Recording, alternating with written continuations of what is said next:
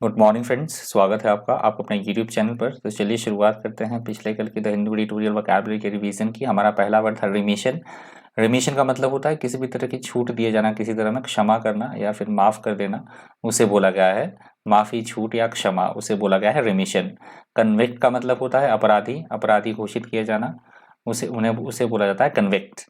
Programme का मतलब होता है सामूहिक बड़े पैमाने पर हत्याकांड, सामूहिक हत्याकांड, बड़े पैमाने पर लोगों का मारा जाना, मारकाट, उसे बोला गया है पोग्राम। प्ली का मतलब होता है अदालत में किसी तरह की कोई निवेदन, कोई याचिका या किसी से प्रार्थना करना, निवेदन करना, उसे बोला गया है प्ली।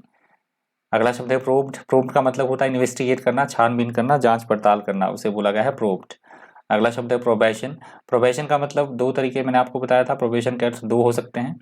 एक तो प्रोबेशन का मतलब होता है किसी ने कोई अपराध किया है तो एक नियमित अवधि के लिए एक विशेष अधिकारी के सामने उसे उपस्थित होना पड़े, नियमित अवधि का उपस्थित होता रहना पड़े उस अपराधी को, तो उस टाइम पीरियड को बोला जाता है प्रोबेशन।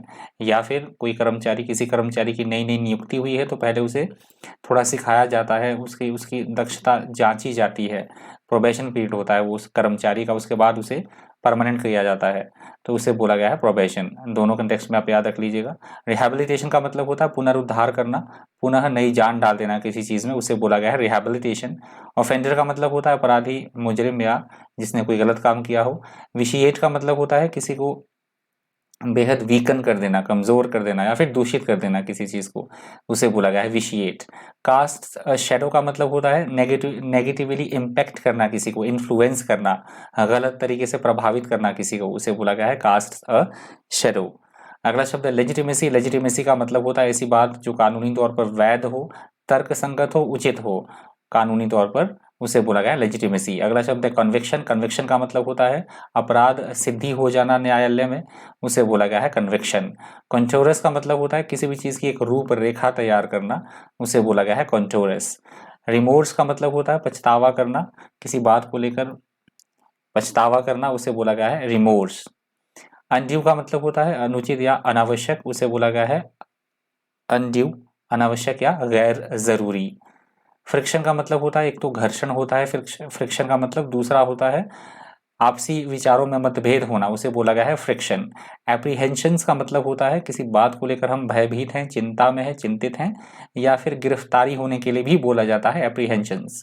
एनॉर्मस का मतलब होता है आवश्यकता से कुछ ज्यादा ही बड़ा होना, बहुत भारी, भयंकर, भारी भरकम, उसे बोला गया है एनॉर्मस।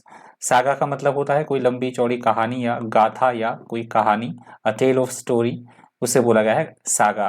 ओनस का मतलब होता है किसी तरह का कोई दायित्व या कर्तव्य, उसे बोला जिम्मेदारी, उसे बोला गया है ओनस। अगला शब्द है एयरिंग। एयरिंग का मतलब होता है किसी तरह की कोई भूल चूक या गलती, उसे बोला जाता है एयरिंग। स्टेटस क्वो का मतलब होता है पहले वाली स्थिति में रखना, पूर्व स्थिति में रखना, यथास्थिति में रखना किसी चीज को, उसे बोला गया है स्टेटस क्वो। और लास्ट वर्ड था प्रूडेंट। प्रूडेंट का मतलब होता है अक्लमंदी से काम लेना, समझदारी से काम लेना, विवेकशीलता से कार्य करना, उसे बोला गया है प्रूडेंट। तो इस वीडियो में इतना ही। Thank you, thanks for watching.